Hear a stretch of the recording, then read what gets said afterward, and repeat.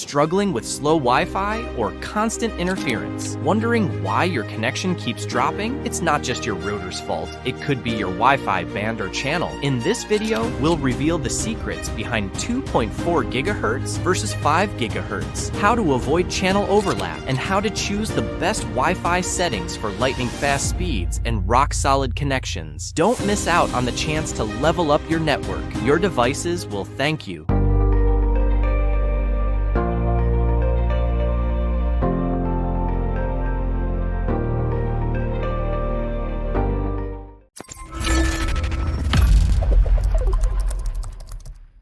Because a frequency range can be used for the same purpose, it is customary to refer to this range as a frequency band. For example, frequencies that range from 530 kHz to about 1710 kHz are used by AM radio stations. That's why we can call it the AM band, or even the AM broadcast band. The frequency band mainly used for wireless LAN communication is between 2.400 and 2.4835 GHz. This is generally referred to as the 2.4 GHz band. It's still more convenient to call the 2.4 GHz band than to announce the entire range. The 5 GHz band is also a wireless LAN range that is between 5.150 and 5.825 GHz. The term band is simply a diminutive used for convenience. So, don't worry, you won't need to learn all the frequency ranges. It is just important to remember that for the Wi-Fi of LAN networks, only the 2.4 and 5 GHz bands are used. Here is the representation of the different channels of the 2.4 GHz band. For compatibility and management reasons, tapes are usually divided into a number of separate channels. Each channel has a number and is assigned to a specific frequency, at least for the 2.4 GHz. A channel therefore corresponds to a single frequency, and here is the representation of the channels for 5 GHz. We will now analyze the difference between the 2.4 and 5 GHz bands. In the 5 GHz band, each channel is assigned a frequency range that does not overlap with the other frequencies. In other words, the 5 GHz band consists of non-overlapping channels.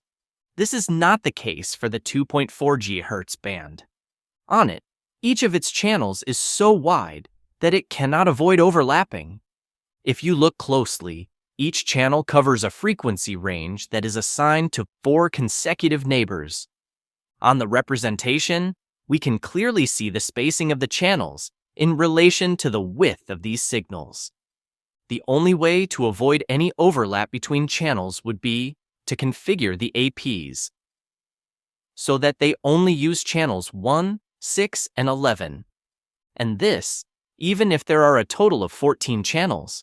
It's best to choose channels that don't overlap in your network. We will now discuss the standards of Wi-Fi and access points, the APs.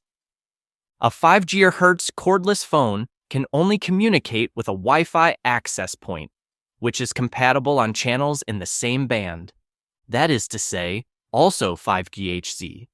In order for a device to work with an access point, they must also share the same compatibility with the official 802.111 standard. Here is a table that shows the different evolutions of the IEEE 802.11 standard. 802.11, 1997-2 OBPS original, 1997 standard. 802.11b, 11 Mbps, and introduced in 1999. 802 54 Mbps introduced in 2003. 802.1a 54 Mbps introduced in 1999. 802.1n 600 Mbps broadband introduced in 2009. 802.11c 6.93 Gbps very high-speed broadband introduced in 2013. 802.11 WX 4 time 802.1. ELIC, High Efficiency, Wi-Fi 6, introduced in 2019. Each time this standard evolves and develops, new amendments with new functionalities are added. These changes are represented on the table by a suffix of one or more letters. For the CCNA exam, you need to know by heart the different speeds of all the Wi-Fi standards. That is to say, the various amendments.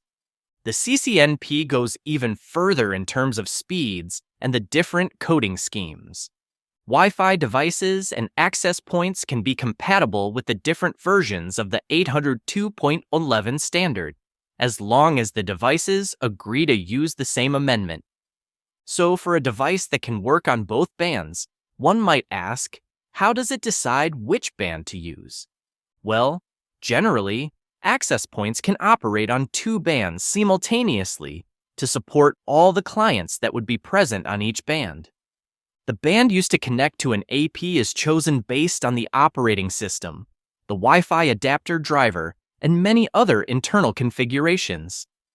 Just remember that a Wi-Fi client can associate with an access point on one band, and as soon as it finds better conditions, it will switch to the other band.